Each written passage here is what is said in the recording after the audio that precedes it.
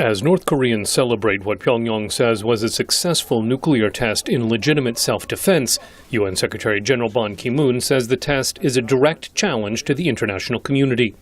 I have repeatedly called on the leadership of Pyongyang to give up its pursuit of nuclear programs and to instead focus on building a better future for the country's people by addressing dire humanitarian and human rights situations.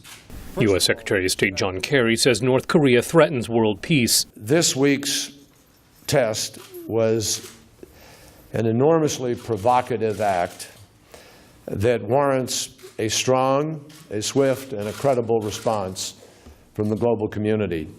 North Korea's third nuclear test in defiance of a UN resolution drew widespread criticism, including from China, Pyongyang's only major ally. Kerry says China could do more to discourage North Korea's nuclear program. CATO Institute analyst Justin Logan says Washington has given Beijing little incentive to take a harder line against Pyongyang. The Chinese know that they are sort of in the catbird seat when it comes to North Korea. But I think there's been not much willingness shown by Washington to do very ambitious things vis-a-vis Korea to trade off in other areas. For instance, reducing U.S. military support for South Korea.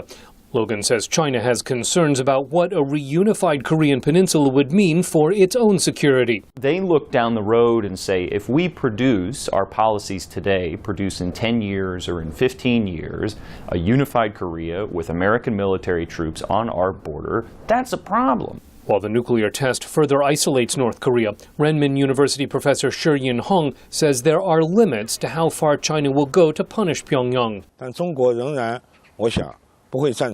China will not support extremely wide and strict United Nations financial sanctions against North Korea because this will heavily impact Chinese trade. So China will keep on discussing it with the United States, but it will not support all of its demands. Johns Hopkins University professor Ruth Wedgwood says it's wrong to think China has anything to gain by helping with North Korea. I think China's playing its own game here.